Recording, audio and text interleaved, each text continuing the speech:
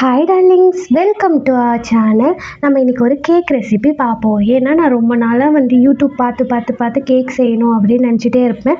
அதுக்கான பொருளெல்லாம் வாங்கிட்டு வர சொல்லுவேன், ஆனால் செய்ய மாட்டேன். இன்றைக்கி அம்மா கிட்டே அந்த மாதிரி தான் பொருள் வாங்கிட்டு வாங்க அம்மான்னு சொன்னேன். எங்கள் அம்மா நீ கேக் செஞ்சு தரவே மாட்டியா அப்படின்னு கேட்டால், கண்டிப்பாக இன்றைக்கி செஞ்சு தரேன், வாங்கிட்டு வாங்கன்னு சொல்லிட்டு இந்த மாதிரி 3 பனானா எடுத்து ஸ்மாஷ் பண்ணி வச்சுக்கிட்டு, இந்த மாதிரி ஒரு கண்ணாடி டம்ளரில் 2 கிளாஸ் சர்க்கரை எடுத்துக்கிட்டு அதையும் நல்லா மிக்ஸ் பண்ணி ஒரு பேட்டர் மாதிரி ரெடி பண்ணிக்கிட்டேன்.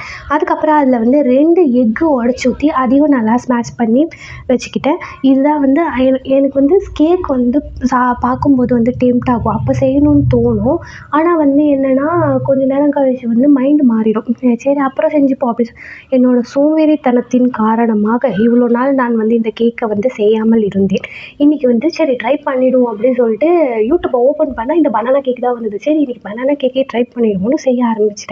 சரி அதுக்கப்புறம் பார்த்தா இதை கொஞ்சோண்டு சால்ட்டு போட்டேன். எப்போவுமே ஸ்வீட்டில் கொஞ்சம் சால்ட்டு போட்டால் ரொம்ப டேஸ்ட்டாக இருக்கும் அப்படின்னு சொல்கிறதுனால, டேஸ்ட் வருதோ இல்லையோ நம்ம சால்ட்டை போடுவோன்னு சால்ட் அப்படியே மழைச்சாரல் மாதிரி தூவி விட்டாச்சு. 2 கப் கோதுமை மாவு எடுத்து திரும்பவும் அதில் நல்லா போட்டு நல்லா ஸ்மாஷ் பண்ணி நல்லா அதை கலக்கி கரண்டியில் தான் கலக்கினேன். கரண்டியில் கலக்கினாலும் நம்ம நல்லா கலக்கலாம்.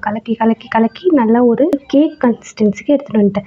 அதுக்கப்புறமா என்ன பண்ணாங்க, அம்மா என்ன சொன்னாங்க, பேக்கிங் சோடா போட்டால் நல்லா பஃபியாக வரும் அப்படின்னு சொல்லிட்டு பேக்கிங் சோடா கொஞ்சமாக எடுத்து அதையும் மழைச்சாரல் மாதிரி நல்லா தூவி விட்டாச்சு.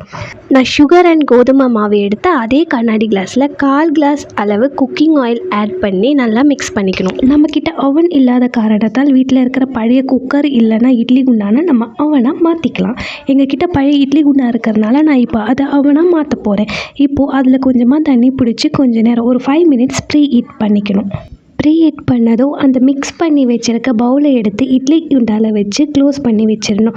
அது 35 மினிட்ஸ்க்கு லோ ஃப்ளேமில் ஆர் மீடியம் ஃப்ளேமில் வேகணும். அது மாதிரி நான் வச்சுட்டு 35 மினிட்ஸ்க்கு அப்புறம் நான் ஒரு ஸ்பூனை அதில் இன்செர்ட் பண்ணி செக் பண்ணேன். ஆனால் அது வேகலை, மாவு ஒட்டிச்சு.